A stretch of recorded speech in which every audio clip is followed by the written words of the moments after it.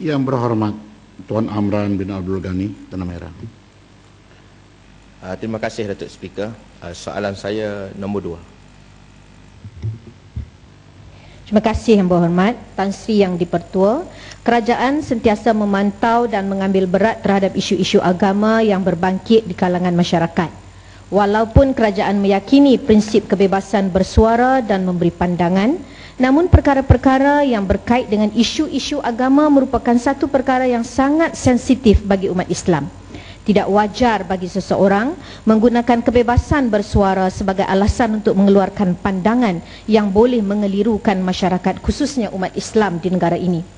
Sebarang pendapat atau pandangan hukum oleh mana-mana individu adalah tidak diiktiraf dan tidak boleh dianggap sebagai fatwa, sebaliknya ia adalah pandangan hukum bersifat peribadi.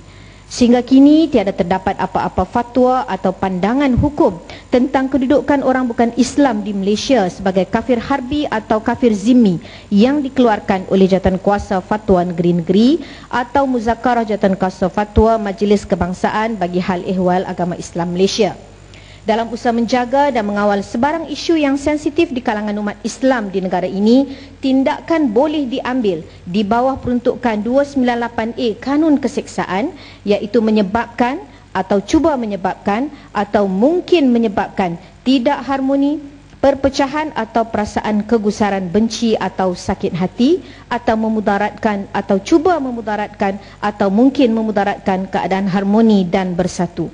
Prosiding pendakwaan di bawah peruntukan ini dijalankan di Mahkamah Sivil. Jika disabitkan kesalahan, boleh dipenjara bagi satu tempoh tidak kurang dari 2 tahun dan tidak lebih dari 5 tahun. Terima kasih. Tanah Merah. Terima kasih Tan Sri Speaker. Dan terima kasih kepada Timbalan Menteri di atas jawapan yang diberi.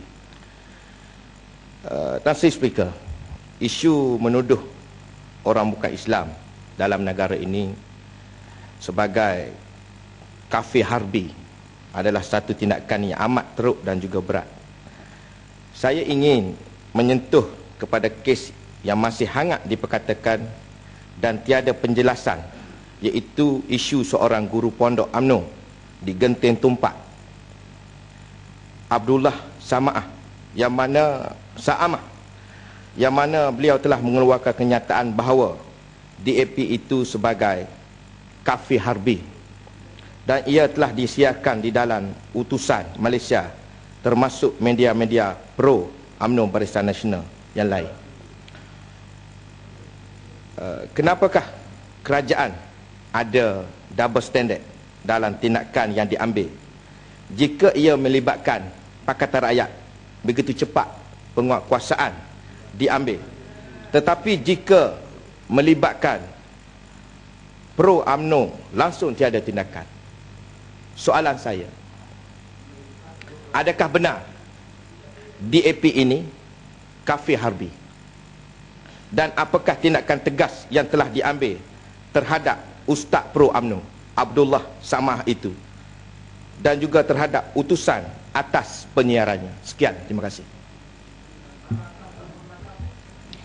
Terima kasih Yang Berhormat Tanah Merah. Yang Berhormat, sebenarnya kerajaan cukup konsisten dan tidak ada sebarang double standard yang diamalkan. Pertamanya Yang Berhormat, ia bukan satu tuduhan. Istilah ataupun konsep kafir harbi ataupun kafir zimmi adalah satu istilah yang digunakan pakai oleh para ulama untuk membuat kajian sikap ataupun bacaan sikap terhadap non-Muslim yang ada untuk bekerjasama dengan mereka. Jadi daripada kajian sikap itu diklasifikasikan atau dikategorikan sama ada bukan Muslim itu dianggap sebagai harbi ataupun zimmi. Ia bukan satu istilah yang membolehkan sebarang hukuman diambil untuk dibunuh ataupun sebagainya, tetapi ialah sebagai satu kajian sikap yang mana bila diklasifikasikan mana-mana orang itu sebagai kafir zimmi ataupun harbi, sama ada kita masih terus boleh berkawan dengan dia ataupun tidak. Itu sahaja. Jadi dia tidak timbul soalan tuduhan yang boleh membawa kepada satu hukuman ataupun sebagainya. Soalan Yang Berhormat, adakah benar DAP itu kafir harbi ataupun tidak? Istilahnya senang saja Yang Berhormat. sekiranya non-Muslim ataupun kafir ini menentang kepada Islam, mengeluarkan kenyataan-kenyataan seperti mengecop bahawa syariah Islam ini ekstremisme, dengan terang-terang menyebut tidak mahu Islam, tak kiralah nak langkah mayat ke tidakkah, ataupun merasakan bahawa mempertahankan maruah Islam itu adalah sesuatu yang membazir tenaga dan masa, Presiden MCA, maka jelas bahawa ianya adalah sesuatu yang menentang kepada Islam. Tetapi mana-mana mereka bukan Islam yang boleh taat di bawah kepimpinan Yang Amat Berhormat Perdana Menteri yang beragama Islam, patuh kepada perjanjian kontrak sosial di dalam perlembagaan persekutuan, mereka kategori kafir zimmi yang boleh dijadikan sahabat. Terima kasih.